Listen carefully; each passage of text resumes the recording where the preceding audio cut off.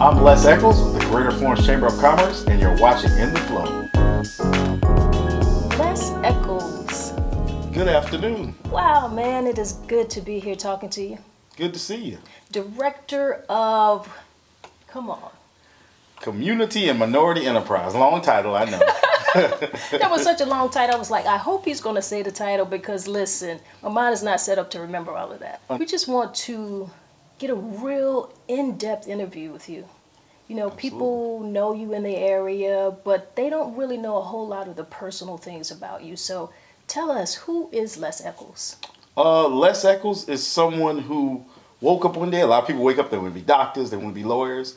And I began to realize that community service was something that I was good at, that I excelled at, along with, and I kind of learned to combine that with my communication skills. And, that is kind of my story in a nutshell from a career standpoint.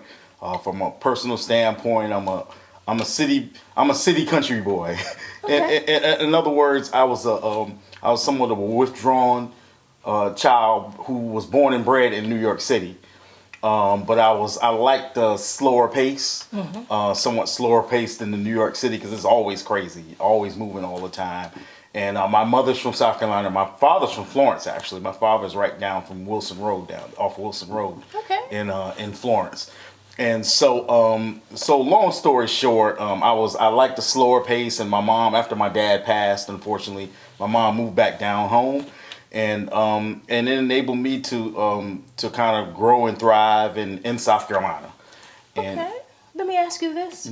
You know, because you talked about your parents a little bit. yes, Didn't know that your father was actually from the area. yes. But tell me about one of the biggest lessons you learned from your parents. One of the biggest lessons I learned, and I have to tell a story about my dad. My mom's always been there. My mom's always still there.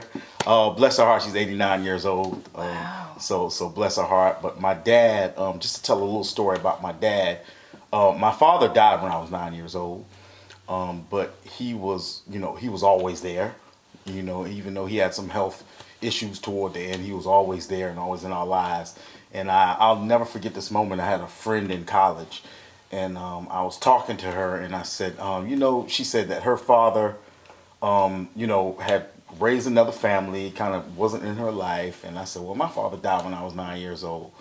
And she just looked at me with this look and said, I'd rather my father died when I was 9 and have been there for me than to raise another family down the street and not speak to me. And so from a standpoint of fatherhood and being a father, that's all I ever knew was my father was there. Thank God, because a lot of my friends, their fathers weren't there. And so from a parenting perspective, like I said, my mom's always been there. My mom's my pal. Right. She's my friend, confidant. But from a standpoint of a father, even though he's not there, he was there. And so I always remember him being there, and I always, as a father, try to be there for mine and try to make sure that my friends are there for their children as much as possible, and make sure they don't take their fathers for granted. You know what? You said something that was really key. And I just by you saying that, the impact of your father being in your life, even though it was for a short amount of time, and you said you make sure that you're there for your kids, you make sure that your friends are accountable to be there for their kids. You don't hear that a lot from men, so I really applaud you for that, and I guess that applaud goes to your father.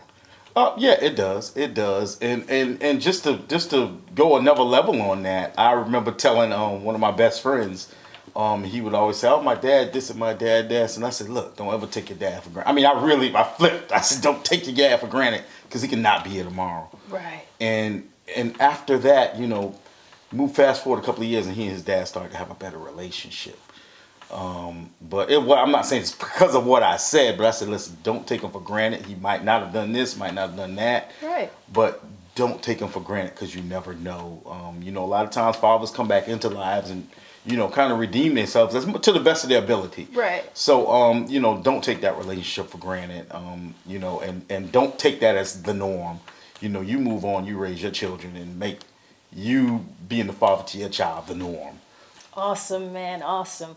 Let me ask you a little bit about your schooling. What schools did you attend? Give me a little idea of how they influenced where you are now. Tell me about your college career. Just Okay. expound on your education. Gotcha. Well, I attended most of my elementary, middle school in New York City. Of course, when I moved down to South Carolina, I was already in high school. It's a bit of a different experience, admittedly.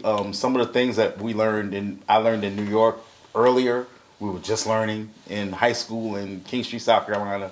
So, and that's that's just one of those things as far as the different areas and the different levels. I can't recall one instance where I was put in because I came down initially in the 8th grade. Okay. And I left and went back because I wasn't feeling it, and so I left and went back to New York. But I came down in 8th grade, and I remember they had 8A, 8B, 8C, and I was in 8C, and so I didn't think anything of it. What does that mean, though? I didn't think anything of it. So Okay. I'm just figuring that just each class is a different number. So about halfway through the semester, I get called into the office, and they say, "Hey man, I'm worried because I have anxiety, so I'm worried what I do."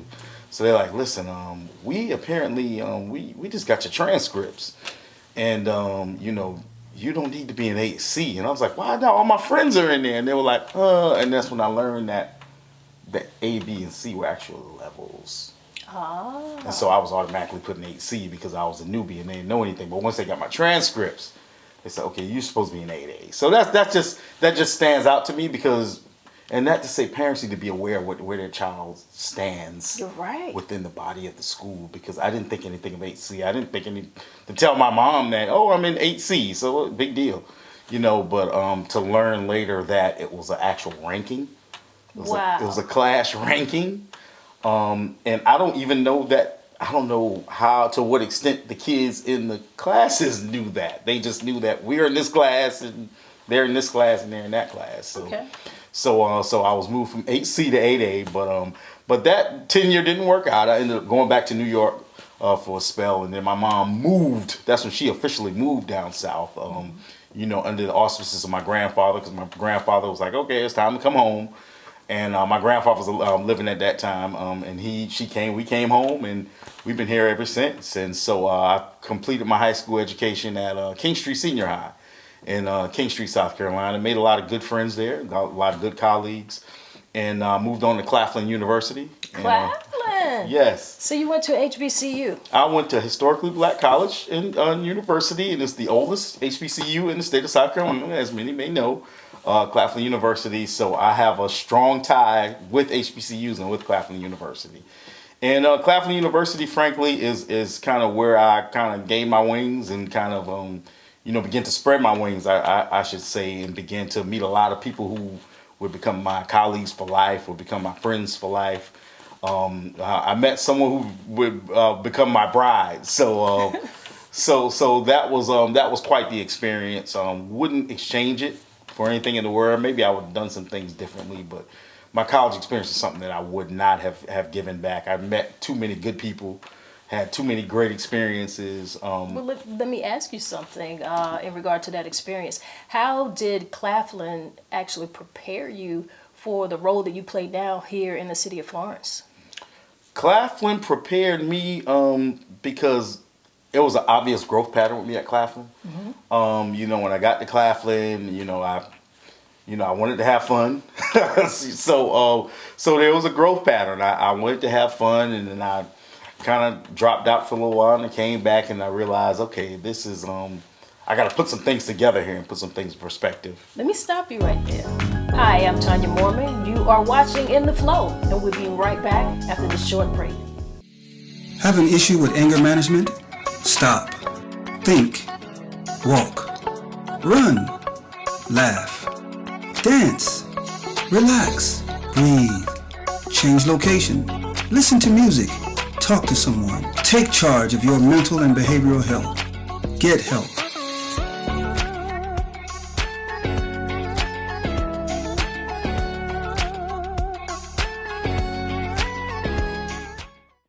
Are you in search of residential or commercial services like cleaning, moving, landscaping? Book us at we'realldone.com or dial 843-206-7550. On the spot Spot Handyman Service is here to provide you with high-quality services that you can depend on. There's a spot. We definitely on the spot. Guaranteed. Need an addition? Need a structure built from the ground up? We do all interior and exterior remodels and upgrades. On the Spot Handyman Service. On the Spot Handyman Service. Need a handyman? We're on the spot. On the Spot Handyman Service. Give us a call at 626-240-8632. That's 626-240-8632.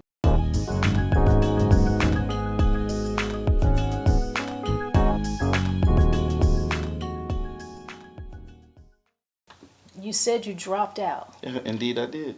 Okay, so let me ask you this question, because typically when students drop out, they don't really go back. Right. What inspired you to go back? Why did you go back? And you gotta excuse me for a second. My grandmother,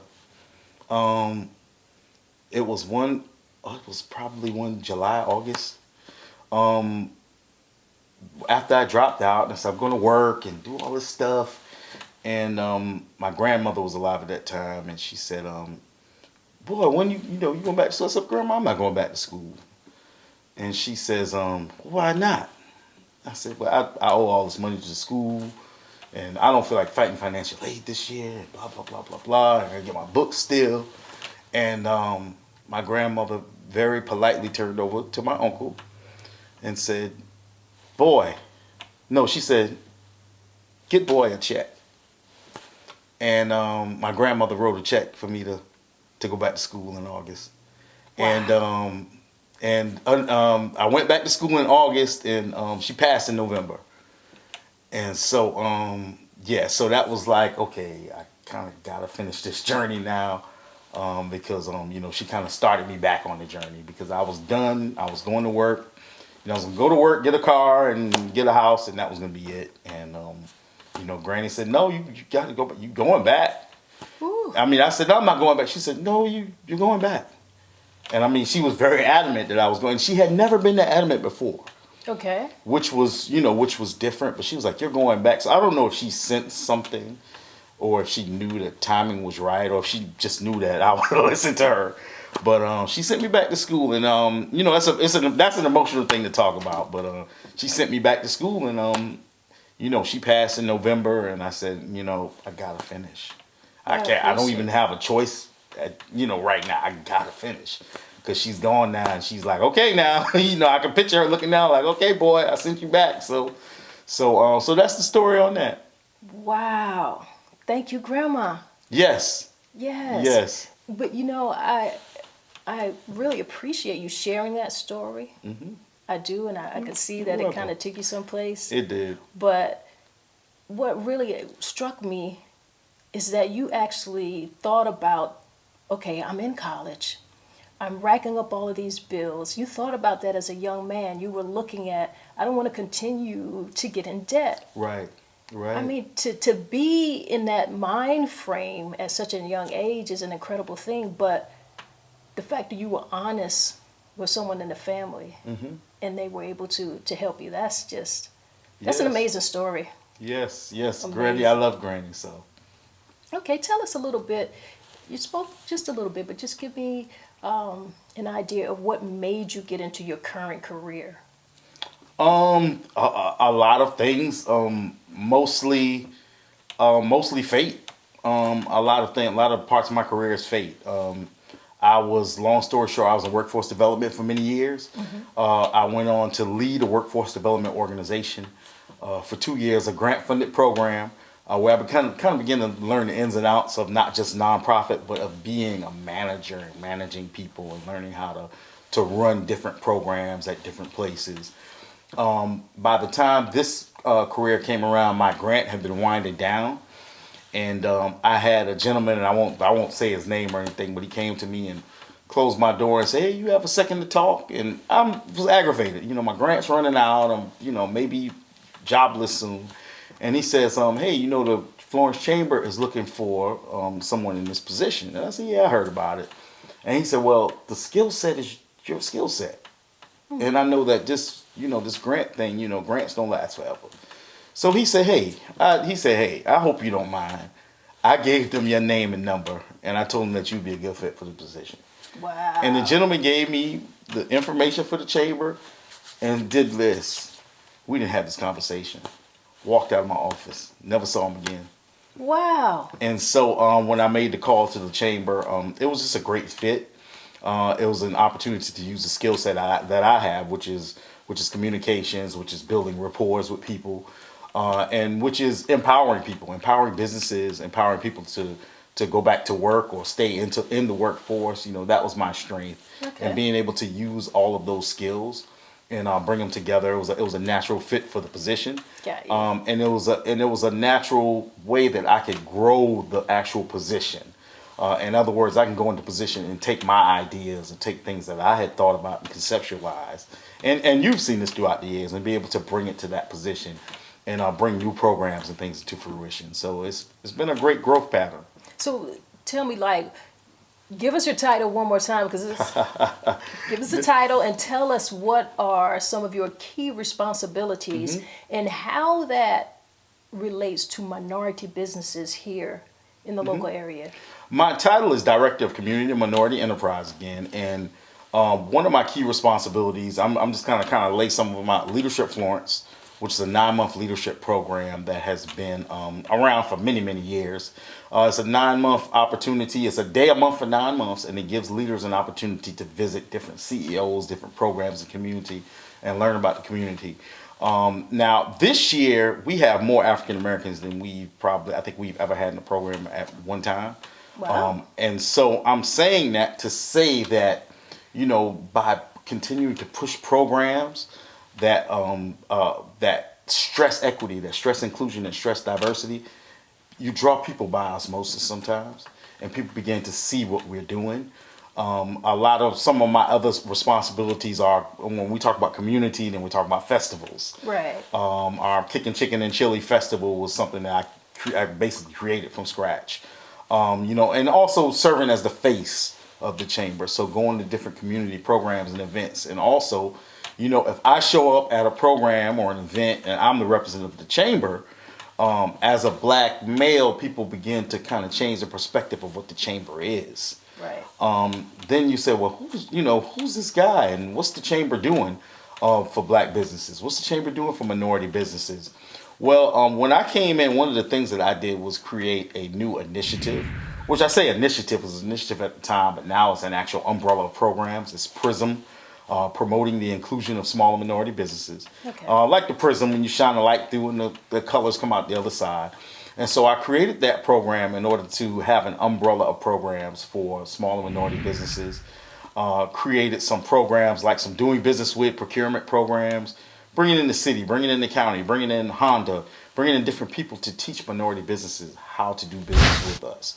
I created our legislative breakfast, which the purpose of that was the chamber has a huge luncheon that we do, but we wanted to create a more intimate setting and a more affordable setting that could bring people in and bring them in close proximity with their local and regional elected officials and be able to have a conversation. Now, this small business can pay $20 and come have a conversation with Tom Rice, with various city, county council members, with the mayor of Florence.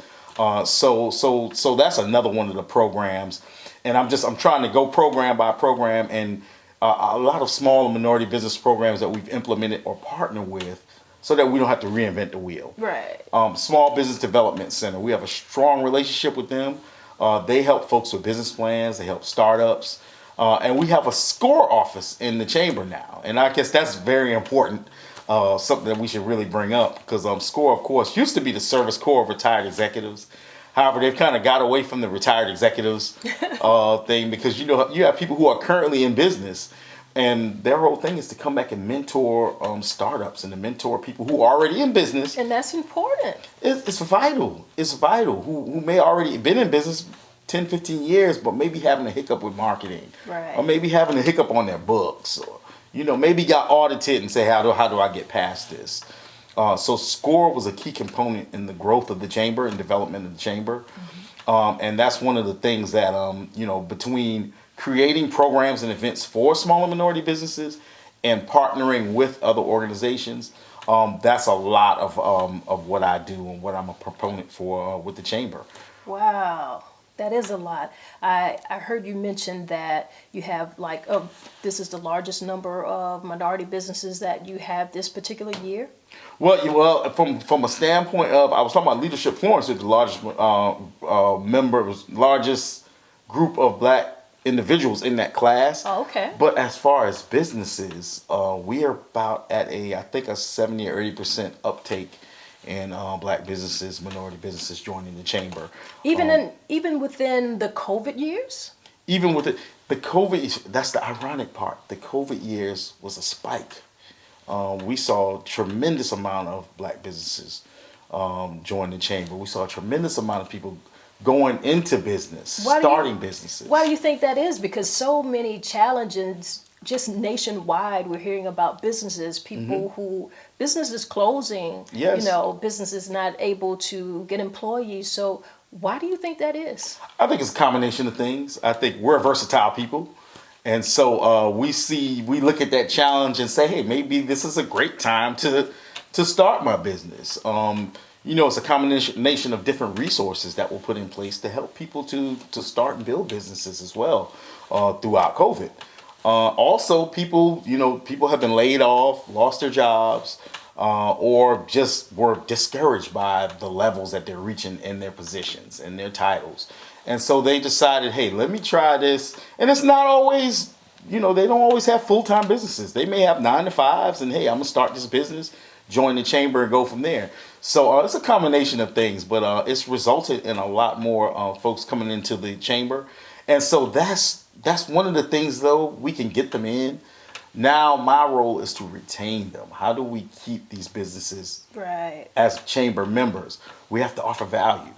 And that's when the prison program comes in. That's when the SCORE program comes in. That's when the SBDC comes in and kind of doing a wraparound of services that make sure that these businesses see value in the chamber, but also see a value and growth in Florence. Because ideally we want to keep businesses in Florence, right? We want to keep them as a tax base in Florence. So a combination of things, but it's been a perfect storm of events that has allowed many more minority businesses to join the chamber. Okay. Is there some type of scale that you have, or how do you relate with members minority members who join the chamber? Have they seen growth? What has been their advantage, or how do they speak of their advantages of becoming a part of the chamber? What differences has it made in their business? The big thing that we do, and one of the big things how we start when someone joins the chamber, we do a ribbon cutting with them. A lot of times that's front page. So you kind of start with a boom. And chambers, like any other chamber, what you get out of it is what you put into it. So we encourage our chamber members to show up for events, to be involved in programs. If you want to be a speaker, if you're a chamber member, you want to be a speaker at an event, or you want to host an event, let us know. It's something that we can create and we can work on, because we have a lot of autonomy as a chamber. So we can create events, we can create programs. I don't want people to say, oh, the chamber's not doing anything for me. I want people to come to me and say, hey, what can we do different? Can we do this? Can we work together to do that? And so one of my things is really breaking down the communication gap between the chamber and the businesses, and so that the businesses know we're there for them. Because the bottom line is it behooves us for them to remain members of the chamber. But in order for them to remain chamber members, they have to see value. And we have to constantly be creating value. We have to constantly be ahead of the curve. But we also encourage them. You have to, attend stuff, participate in things. A lot of people I haven't seen all year, and at the end of the year they'll tell me, oh, the chamber hasn't done anything for me. What event have you showed up for? And I'll ask them, did you show up for this? Did you show up for this? Did you show up for this Zoom call that we had 2 weeks ago? And a lot of times they don't show up. And so it's kind of, you got to meet me halfway. Is what I always like to say. So showing up for programs, showing up for events gives you an opportunity to meet people. And that's one of the things that creates the growth. That's one of the things that creates the rapport. And then that's one of the things that now you can hold me accountable. Absolutely. Right? You can hold me accountable. I can hold you accountable. You guys, the chamber didn't do this. Okay, well, you didn't show up. So now we get to hold each other accountable. Now that's a true relationship. Right. When you're in a relationship, right, you hold each other accountable. It's not one person holding this person accountable. You holding one another accountable. And so by them being able to hold us accountable, we're able to in turn hold them accountable. And promote them, come out, join us. You know, if you don't feel comfortable in person, join some of our Zoom calls, find out there are plenty, we promote plenty Zoom calls, plenty virtual programs that are out there. So there's really no reason for someone to not be engaged and not be involved with our events if you're a chamber member. Hi, I'm Tonya Morman. You are watching In the Flow, and we'll be right back after this short break. Hello, I'm Reverend Terry Alexander, asking you to join me every morning at 7 o'clock a.m. with Prayer Time with Terry. God is always willing to give, but we are so slow to ask. We must be intentional in our asking of God. Again, join me every morning at 7 o'clock a.m. with Prayer Time with Terry. Start your day with prayer. Hello, my name is Monisha Epps, and I am the owner of Daily Living Adult Daycare Facility. The facility is about getting seniors out of being home and just being stuck at home all day. So it's a place for them to come and interact with peers of themselves. We take anyone from the ages of 18 and older, and we also take someone that has Alzheimer's, dementia, and they don't actually have to have a mental or health issue. They still can come to the facility. At the facility, we assist them with activities of daily living that includes things like bingo, arts and craft, painting, different things that we can do that can keep them busy. We have 2 locations. We have one in Kingstree and we have one in Florence, which is one of our newer locations. We are located on 500 Pamlico Highway, Suite G, and my contact number is 843-206-9042, or you can contact me via email at dailylivingllc@yahoo.com. And we'll be here to take care of your loved ones during the day while you're away. We're ATLDB, and you're watching In the Flow. And we're back. I'm here with Les Echols from the Greater Florence Chamber of Commerce. We're going to continue our conversation. I'm just loving talking to you. I'm glad you're able to share some information, especially with our minority business owners, and especially with the position that you hold. Yes. But with this particular question, I want to ask you, I know some time ago, Ed Robinson, he was forming a Black Chamber of Commerce. Well, my name is Ed Robinson. I'm the president and CEO of the Carolina Regional Black Chamber of Commerce. Yes, we are a Black Chamber of Commerce, started here in Florence, South Carolina. And this is something that we have to do in order to grow Black businesses.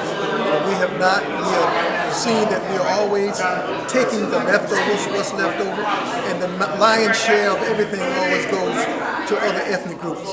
We have to change that. We are only as strong as those of you that support us.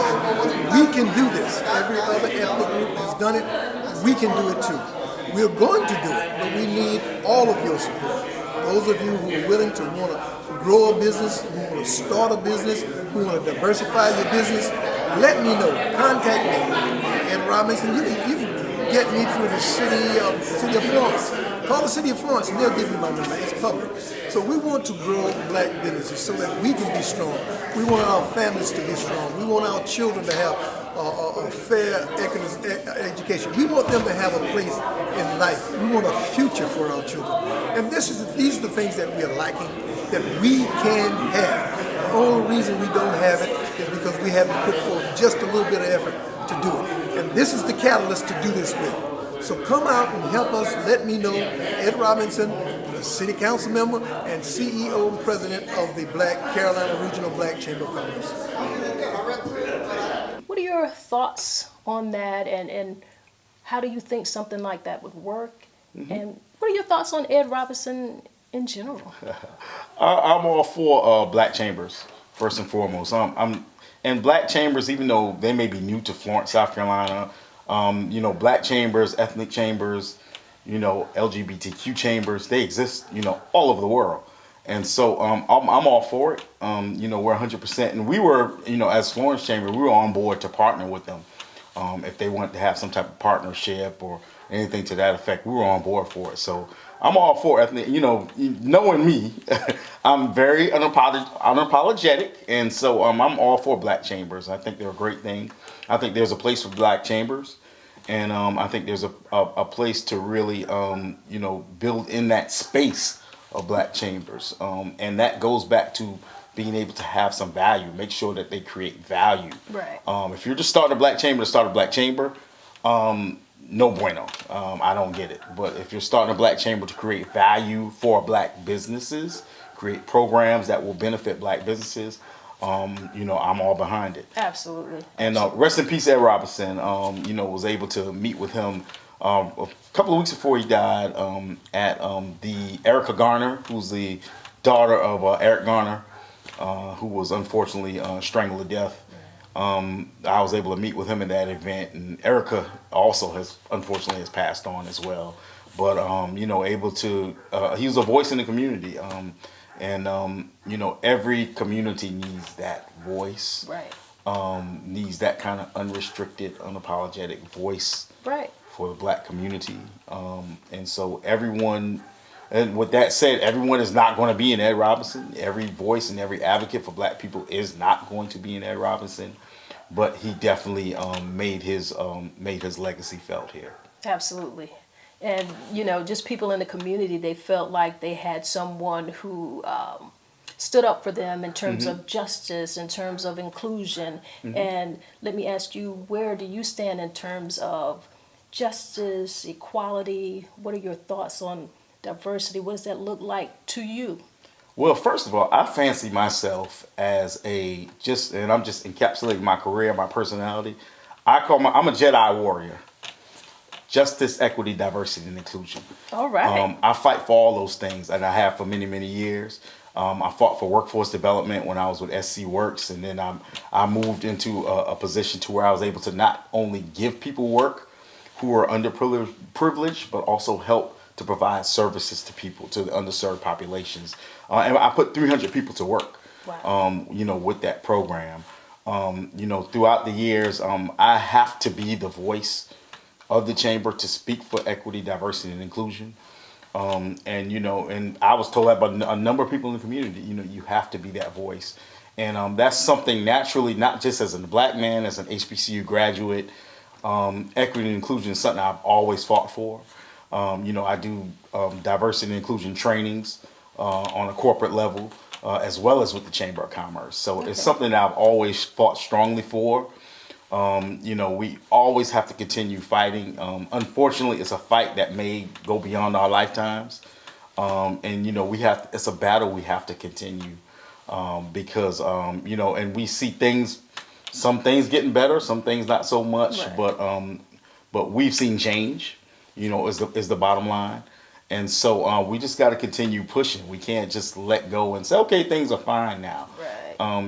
We were having a discussion a couple of days ago about things that were okay 20 years ago may not be okay They're now. not okay now. And that's not, and then someone will always say, you're being politically correct. No, you're catching up with the times because, there never should have been a mammy on a pancake box.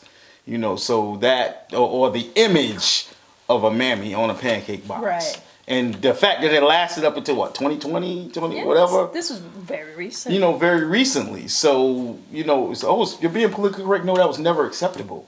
Somebody made it acceptable. And so, we're okay with it. And so, that's one of those things, some things that happened 20 years ago, and some things that we let go until 2 years ago, were never acceptable. You're right. But let me ask you, where do you think the strength of black and minority businesses lie? What are those strengths?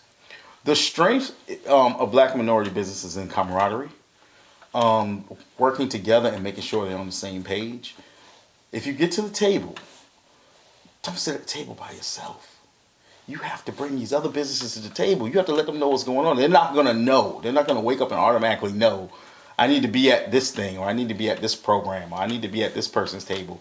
You have to bring them to the table. You have to invite them to the table.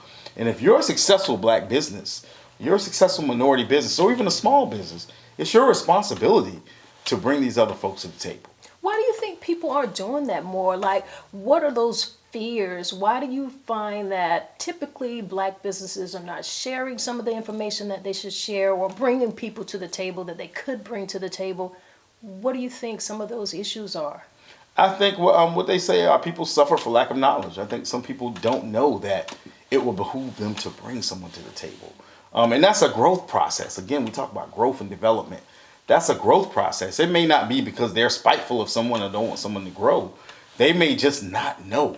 Maybe if I bring this person to the table, they may be better. We'll all be better off. We all eat. We'll all eat better if I bring them to the table with me, right? Because they're going to bring their dish. This person's going to bring their dish, and we'll all eat better. Right. And I don't think a lot of people, I don't think it's spite. I don't think it's slight. I think it's just people just don't get it sometimes. And I think that's, again, part of the growth process and part of the development process. But we who know better, have to make sure that they listen. When you get to the table, bring other people to the table. Make sure that they know what's going on. And some do better. Some do better, and you may have some that don't care. But it becomes kind of our responsibility too to say, hey, make sure folks are at the table together, Right. So everyone eats. There's no reason why anybody should be starving. And that's what we want to do. That's the entire idea of being in business anyway. I would suspect that you want to be profitable, you want to serve, to be of service, to bring something to the community. But the bottom line is you want to eat, and you want to make sure other people are eating. And I'll give you an example. I talked to a colleague a few weeks ago, and he mentioned to me that, if these folks know that we're doing this, they may not want to help us, or they may feel threatened or intimidated. And I said, I told the brother, I said, there's a church on every corner. There's a drugstore on every corner.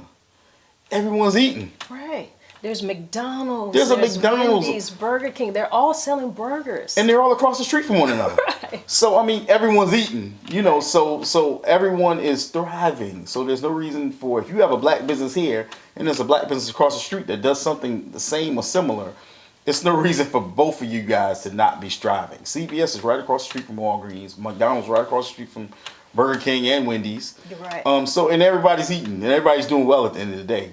You know what? I'm glad we got here because that's very important. That's something that I actually want to see more artists get involved with. Businesses should be doing that, but I'd love to see artists do that. And we have several things going on in the art world, and I know you're out here. I see you at events that we have. Tell me a little bit about how you feel about the art world here locally and everything that's going on in terms of visual artists, poetry, photographers. What are your thoughts? I think we have to continue to promote that. We have to continue to promote the arts. The arts are very important. We're behind. That's one of the things that we're behind in. There's some other things, but the arts is one of them. You go to Charlotte, you go to even Raleigh. They have thriving arts communities, and we're getting there. We're moving in that direction. And that goes back to support. Now we have to support. Now I have to hold the business community accountable in this aspect because they have to now learn how to support the arts community because it's not going to probably be vice versa. Right. Because artists have different personalities. And so we have to reach out to the arts community and make sure that they're getting the resources and support that they need. But we have to see continued growth. We have to see I want to see poetry as much as possible. I want to see musicians as much as possible. I want to see artists perform as much as possible. Let's have events. Let's have programs. Let's educate people on what's going on and who's doing these things. Let me ask you this. How, do the business owners, within the chamber, within conversations and meetings, how important do they realize that art actually brings people out? Art brings people out to events. It brings them to the downtown areas. Do they realize the link between art and business? A lot of times it depends on two things, either where they're from or their level of knowledge of communities and community building. And the reason I say that, sometimes if someone's from a more progressive area, they may get it. Whereas if someone, is from here or from a surrounding, they may not get it. But if they've been in business long enough and seen enough things to grow and thrive, then they get it. But it's our responsibility to kind of make sure they get it. When art events and programs come to the area, we got to make sure that we are promoting it. We as a chamber, even, we have to promote these things to make sure people know, listen, this art event is happening. This Black History event is happening. You know, you need to support this just as well as you support a chamber event or economic development event or anything to that effect. So I guess where I'm going with that is when you talk about the business world, you have to have the arts community needs to not be here. The arts community needs to be here with the business community. And so there needs to be a common ground of this helps communities grow. And quite frankly, you know, yourself as a renowned poet and artist in the community, you know, art brings people from other places and communities. Absolutely. Art brings economic growth because people are coming to see these artists. People travel from where to see poetry shows. I mean, you know, I see it all the time. Different states, different cities. You know, they come. Oh, I gotta go. I gotta drive back to Charlotte now. You came from Charlotte. You know, so you realize that people are coming from everywhere. Right. Not just down the street. People are coming from everywhere. And so there's a bigger picture. Right. There's a bigger economic picture, and we got to continue to, you know, as community leaders, we got to just continue to push that vision. And it can get discouraging, just like with Black businesses. It's one of those things that can get discouraging when you don't see them growing and developing. But we got to continue to push it. Okay. Well, we've talked a lot about business. I'm glad we got to talk about art. But I got one more question since we're talking about art. I'm going to ask you about verses. Verses. What do you think about the verses? What has been one of your favorite verses? And who would you like to see? Oh, verses. Let's see. I won't say I have a favorite. I think it's a great concept, particularly when we're living in this, the post, of course, kind of pandemic world. I think it's a great thing. I would like to see, I'm a big hip hop head. You know, there are a couple I'd probably like to see maybe, not, and I haven't kept up with it as of late. I'm not sure what's happened, but Nas and maybe KRS. Wow. You know, something along that line. So I'm a fan of lyrics. Right. And so I love to see something from a standpoint. Black Thought. Who do you think could go up against Black Thought? Whew. Nas, you said lyrics. Nas, KRS, Rakim.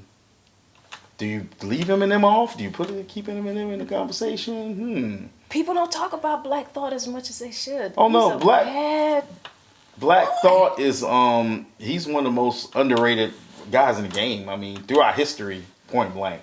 One of the most underrated guys. And you got a lot of underground guys. I mean, you got Sean P and those guys over there. So Duck Down Records.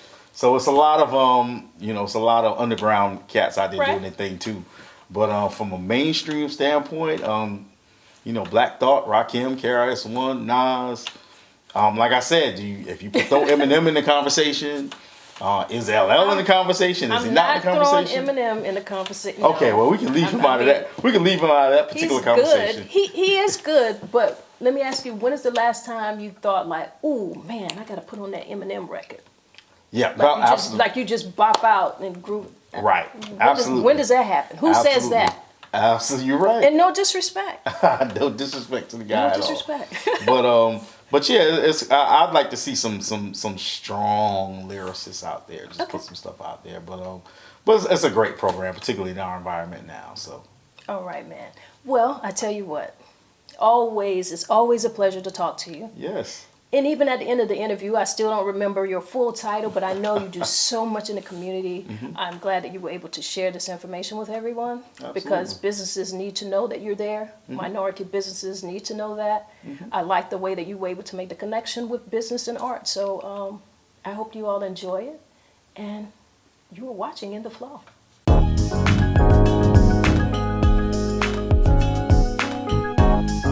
Hi, I'm Tonya Morman. You are watching In the Flow.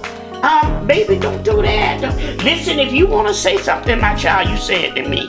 Wow. I am Minister Aquila Urban Cannon, and you're watching In the Flow.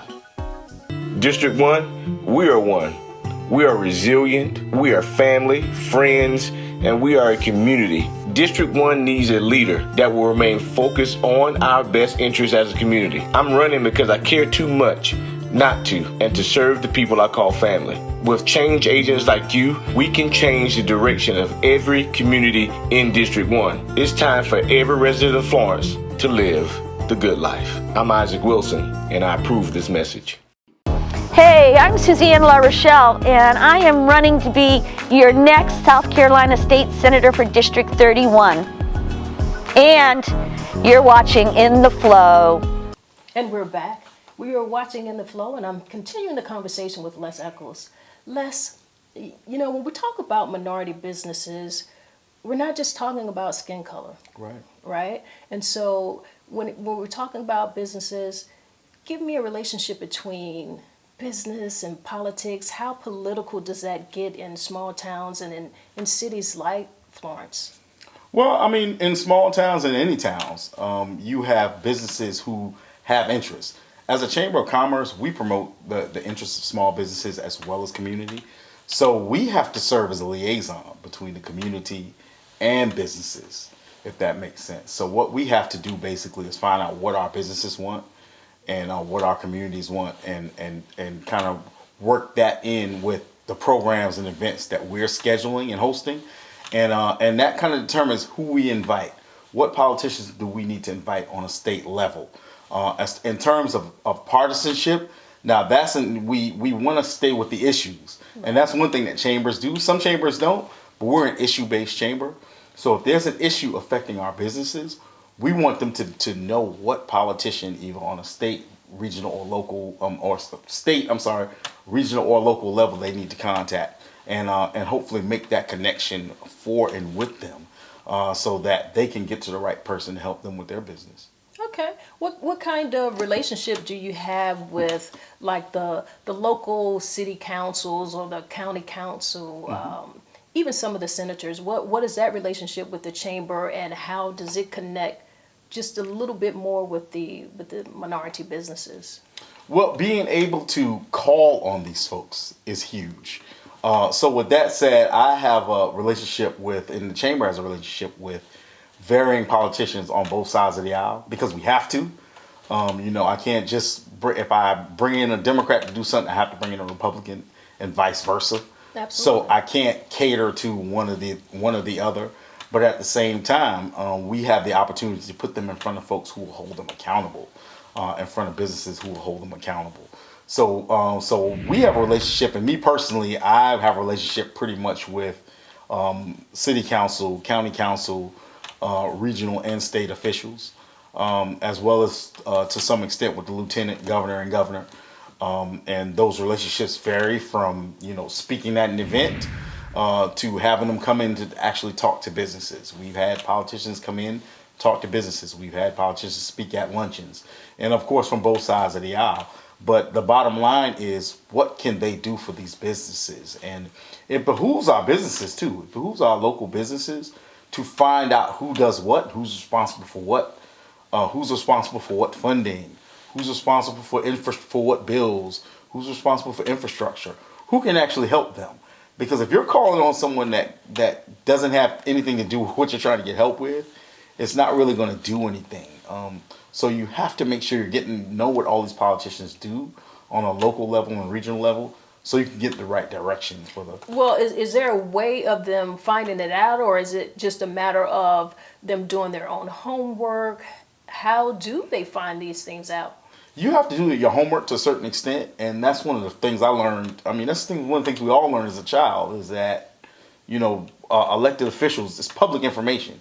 So if you Google them, their address, phone number, cell phone number, all that's online.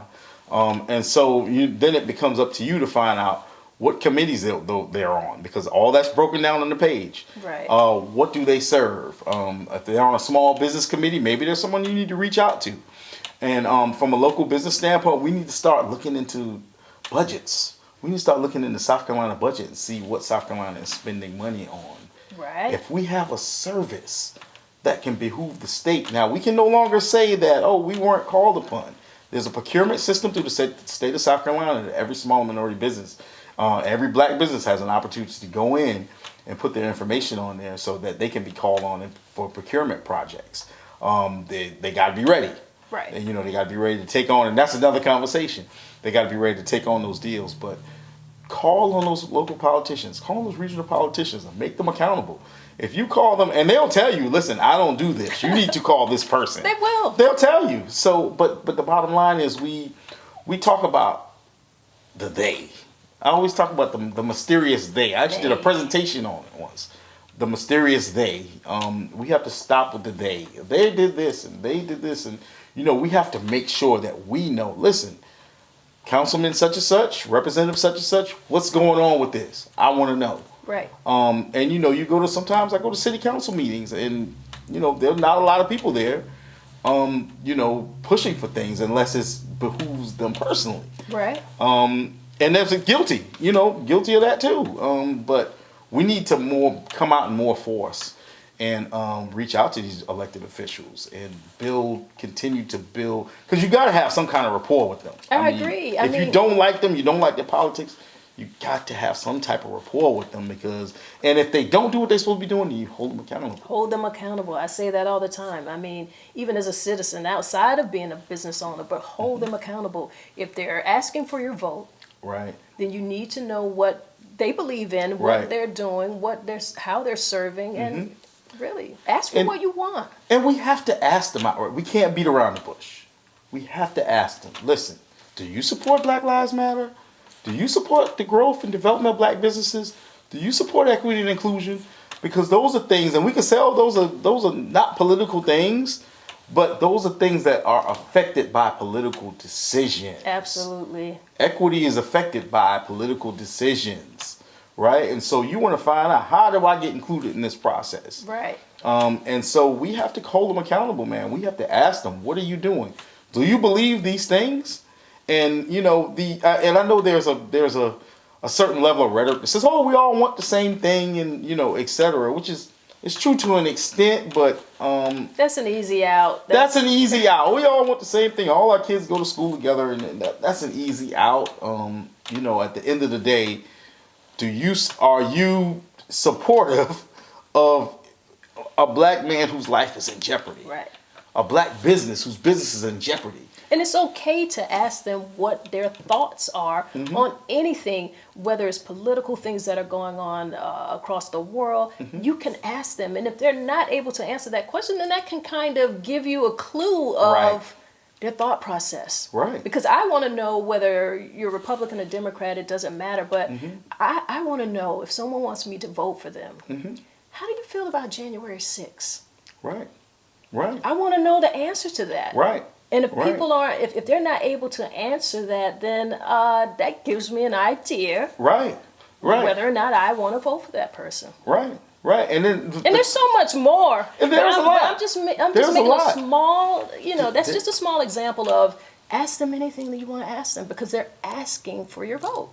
And there's a lot, because when speaking of January 6th, you may have some politicians who may say, well, I no longer back this politician, so therefore so that makes it all good. Not necessarily. You can't say, oh, I disclaim this person, I disclaim this. And that's not answering the question. That's not answering the question. Either what is your thought on it? Do you feel it was wrong? Espouse on it. And so the separation, I think, that we try to make between partisan politics and business politics is no longer necessarily there. And so we got to work it a little better. All right. We could talk for the longest time. Well, we've got to wrap up. It's always great talking to you. I hope you all got a wealth of information from this man. And visit him at the chamber. His office is open. Let them know your office hours. Yes, we are open from 8:30 till 5, Monday through Thursdays, 8:30 till 3 on Fridays. And so I'm on the corner of Evans and Dargan, 100 West Evans Street. I'm not a hard guy to find. I'm sitting in a fishbowl on the corner. So I'm not a hard guy to find at all. Our website is flowchamber.com. Visit us to find out what we're doing and what programs we have. And look forward to seeing you. All right. You have been informed.